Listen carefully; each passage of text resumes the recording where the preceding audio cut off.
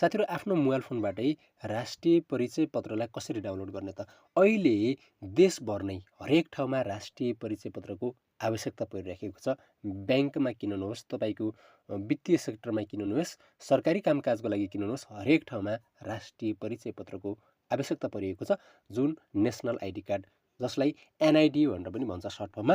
त्यसलाई आफ्नै मोबाइल फोनमा डाउनलोड गर्नको लागि चाहिँ तपाईले क्रोम ब्राउजरमा आउनुहोला। क्रोम ब्राउजरको सर्च बारमा गइसक्यो भनेपछि एनआइडी भनेर लेख्नु होला।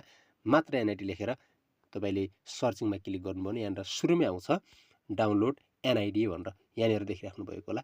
डाउनलोड एनआइडीमा क्लिक गर्नुपर्ने हुन्छ। यहाँनिर क्लिक गरिसक्यो भन्दा साथीहरु यस्तो किसिमको इन्टरफेस आउँछ। माथि देखिराख्नु होला गभर्नमेन्ट अफ नेपाल भनेर आइसक्यो।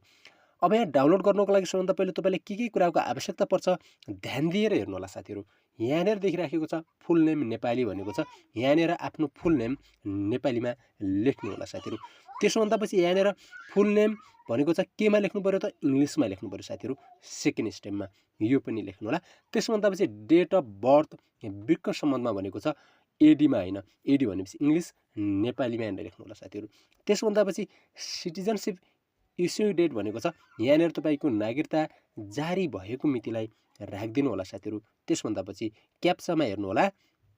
यहाँनिर देखिराख्नु भएको होला क्याप्चा हेर्न सक्नुहुन्छ।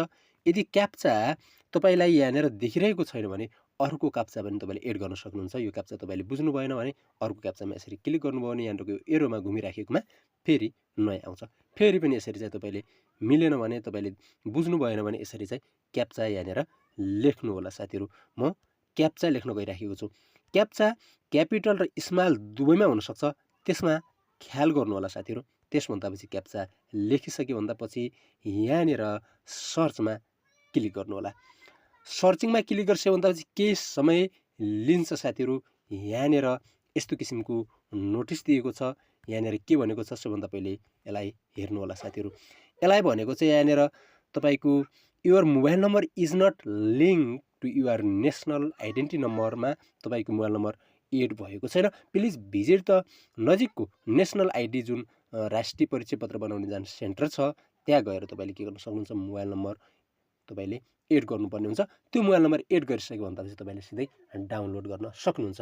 साथीहरु मैले तपाईहरुलाई यो कसरी डाउनलोड गर्ने भन्ने कुरा यहाँनिर सिकाएको छु, किनकि मेरो यहाँनिर त्यहाँ एड छैन मोबाइल नम्बर। म मोबाइल नम्बर एड गरिसके भन्दाखेरि फेरि तपाईलाई डाउनलोड गरेर पनि देखाउने छु साथीहरु। आजको भिडियो यहाँहरुलाई इन्फर्मेसनयुक्त लागेको छ भने भिडियोलाई लाइक र शेयर गर्न नभुल्नु होला। च्यानलमा नयाँ हुनुहुन्छ भने च्यानललाई सब्स्क्राइब गर्न नभुल्नु होला। अर्को नयाँ भिडियोमा मिल्ने नै छौं। आजको भिडियोमा यति नै। धन्यवाद धन्यवाद धन्यवाद।